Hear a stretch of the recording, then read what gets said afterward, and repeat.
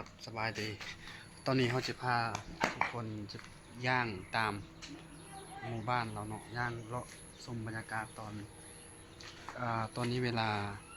5 โมงก็จะค่ำแล้วพาย่างลิ้นแถวหมู่บ้านของข่อยมื้อนี้ฝนตกแห้งเบิ่งคนทางเปื้อนหมดหมู่คนทางกลางทางเปื้อนสิ ตอนนี้เขาก็ไปเวียกยามพันมาแต่ละคนมึงอากาศแจ่มใสเหมาะกับการย่างรอลินเงียบสงัดบ่มีผู้ใดอยู่เติ้นไอเด้อ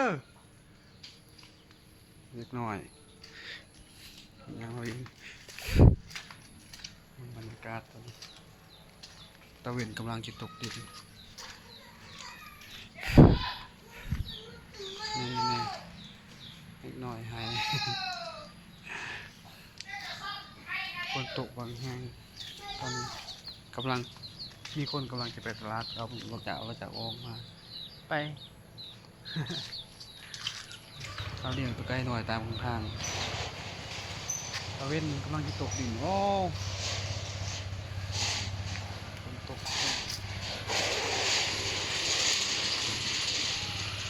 หายางมาลินแม่เท่ากำลังเดือดเท่าแม่เท่ากำลังซ่อมผักสุกกินแรงเดี๋ยวเท่าซ่อมผักป่ะ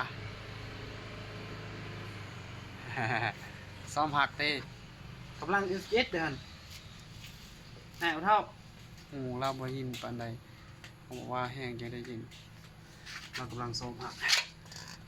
สุกเคลื่อนผักนอกกันเก็บออนอยู่แถวเหนือใกล้ๆกันเก็บง่ายกำลังเอาเพิ่มกำลังไปเอาผักเก็บอยู่ที่เดิมมาประมาณเก็บอยู่ที่เดิมมากำลังสอบสบายอยู่ลาเมื่อย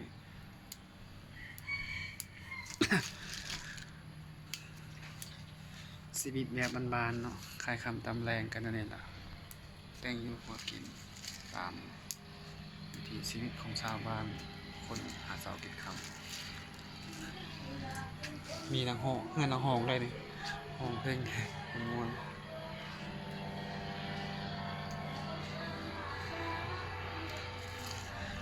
พายางอินก่อนเด้อทุกคนใครเข้ามาก็ฝากกดไลค์กดแชร์เป็นกำลังใจให้เด้อ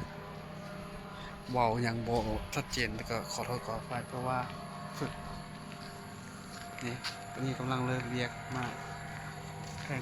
ตกไปกินอะไรมาไปเรียกวะไปเรียกมาชื่อว่าแข่งคนมันนี่คือเรียกไว้แท้คนดังใช่ไหมดังโอ้เต็มคนดังแค่แบบนี้